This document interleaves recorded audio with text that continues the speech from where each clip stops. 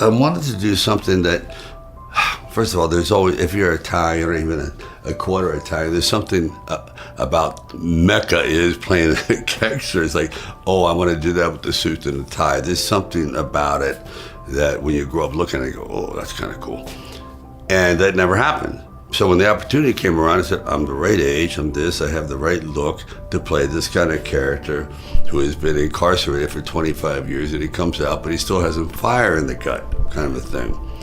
But he's not your typical gangster. He's maintained a sense of humor to keep him from going stir crazy and mad. And probably the angriest you see him is when he confronts his family, the mafia family, and they betray him.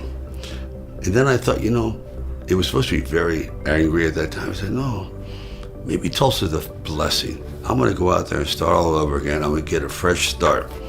And here he is. He has two choices, either a fresh start or just die of loneliness out there. And he starts to build this family of misfits.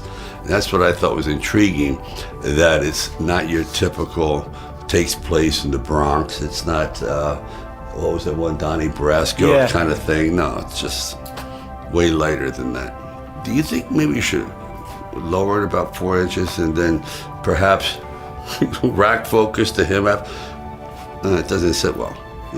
And I get it, because I've had this thing. So I thought maybe that's a component, or maybe they just don't think you have it. One of the two. I tend to think the former, I hope. They needed 250 people, basically 50 to stand behind the wedding cake. You don't even see me. And I was turned down by Paramount, who did Tulsa King, to be an extra behind the cake. And they said, oh, you don't look Italian enough. I said, the only thing that looked more Italian than me is a pizza. What is wrong with you people? My God. I have spaghetti hanging from my hair.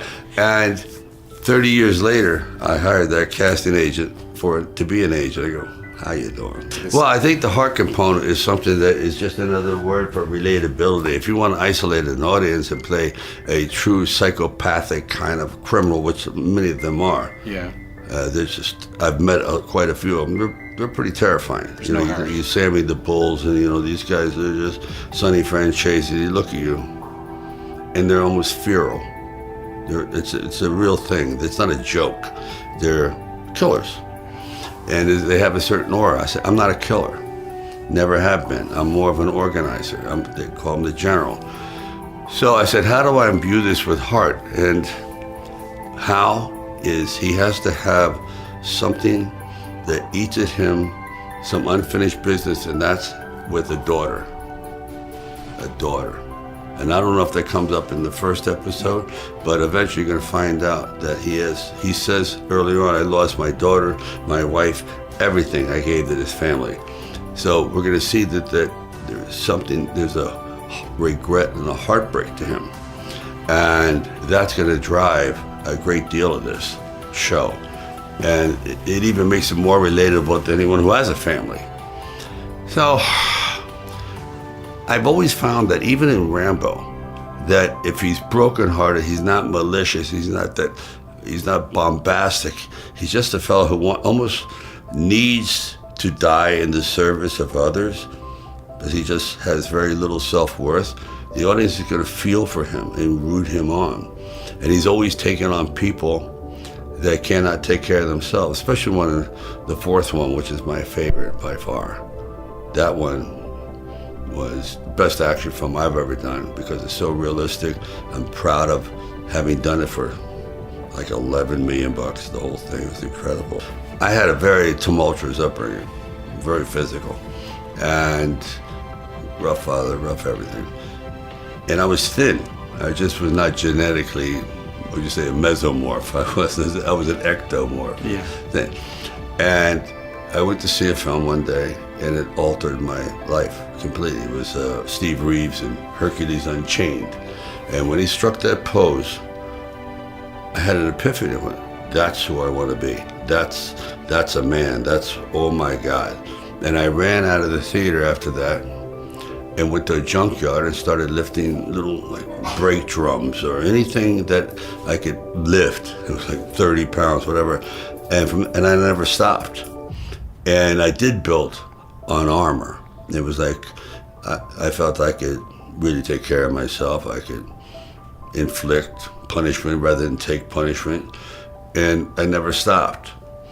But I always felt that a lot of guys, it's a lot of action guys, have no heart. And you can see in their films, all they do is kick ass. They never get hurt, ever. Not a bloody nose. And that's not real. The audience can't relate to that. Everybody gets hurt. Either metaphorically, symbolically, or physically, they get hurt. And you root for that person who gets hurt. Get up! Because we all get knocked down. And that's just a credo I've followed my whole life. That he's not a pillar of strength. He's a pillar of dominoes. It's just big time. Words still could penetrate all the muscles. And that's why if I have to do scenes where, especially you'll see coming up in Tulsa King, they're pretty emotional. You go, Jesus, I haven't seen gangsters do that before. Because a lot of them just turn it off. They'll cry if their dog dies, which is true. Yeah. And there was a hitman named Joey. Crying, St. Bernard dies, but he'll just shot 3 people that afternoon and then nothing. Odd, but true. No, it's him going the distance, surviving. I just thought him winning would have been, it defeats the whole purpose. Because not all of us are ever going to be the champion, but we can go the distance. We can put up a great fight. And the main thing is, the only thing he wanted was his woman, Adrian. That's all he was there for. Just prove to her that he wasn't a bum from the neighborhood. And that's something that's attainable. Being a champion is very rare, difficult. And he wasn't that kind of guy. It wasn't important to him. She was important to him. That's why it was very hard to sell the movie in the first place. All the time, it was a battle. Like the one scene, I'll never forget, the producer said, we're cutting the film. You know that old adage, we're gonna pull the plug. Yeah. Well, they actually pulled the plug. I thought it was just a saying. Like they had a projector? For the lights. The lights were on one box, transform, whatever you call it. Hey guys, we don't need this scene. This scene was the most important scene in the movie. Is where Rocky comes back from the arena and realizes he can't win.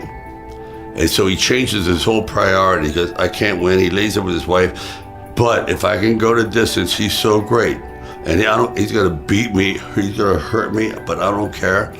If I can just go that distance, I know for the first time in my life, I'm not a bum. You can be proud of me. They pull. I go, stuff. This is the most important scene in the movie. This is it. Because he goes, it's 8 o'clock, everyone's tired. I go, it's the most important scene. So I have to tell you, a little rowdy. I was nuts because I said, guys, and I screamed. I said, give me one take. I was so like this. Downstairs is a wine store, whatever you want to it was in Skid Row for hobos. I literally downed a bottle of Boone's Farm wine, 99 cents. Whoa, it hits you right away with all this sugar. I said, okay. And guys, everyone wants to go home. So all right, one more time. They put the camera up. I'm laying in bed. I come in. I go, I can't win. What? I can't win. But it doesn't matter if he opens my head. And the camera's just coming in like this. It's one take. And thank God she didn't blow a line. I didn't blow a line. And it ends. She goes, cut. Next day, the scene they hated, the producer come out and go, Sly, that's the best friggin' scene of the movie. I went, I know. This is what I had to deal with. They're making all this. But the whole point is that's the heart. Nothing's braver than knowing you're going to lose. You're gonna take a beating. You're done.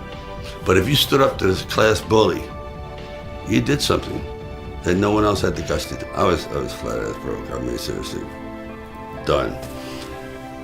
But it depends how well you know yourself. I knew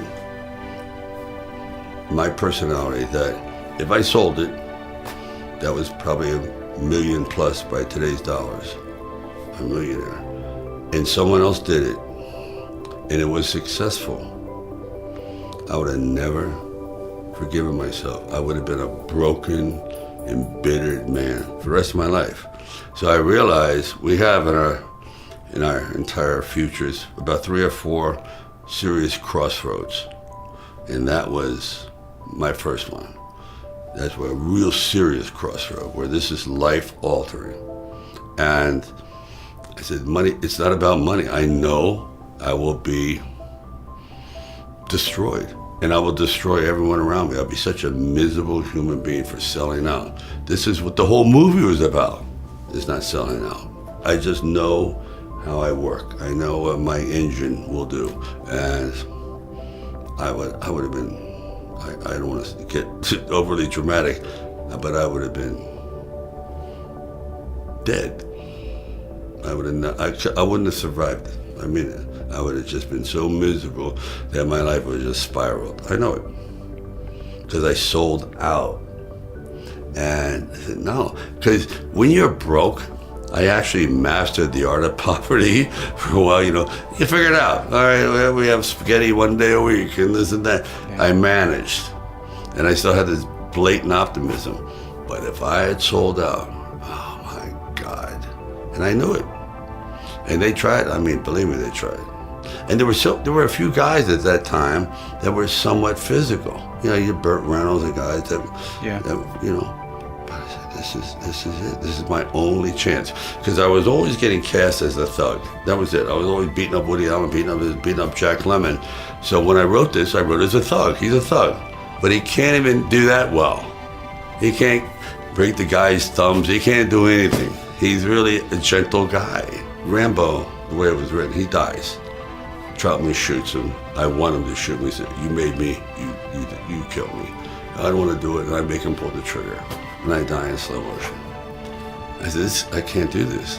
I said, there's too many guys out there like Rambo with PTSD that are they're jumping into the subway, 20,000 a year, just killing themselves because they can't cope.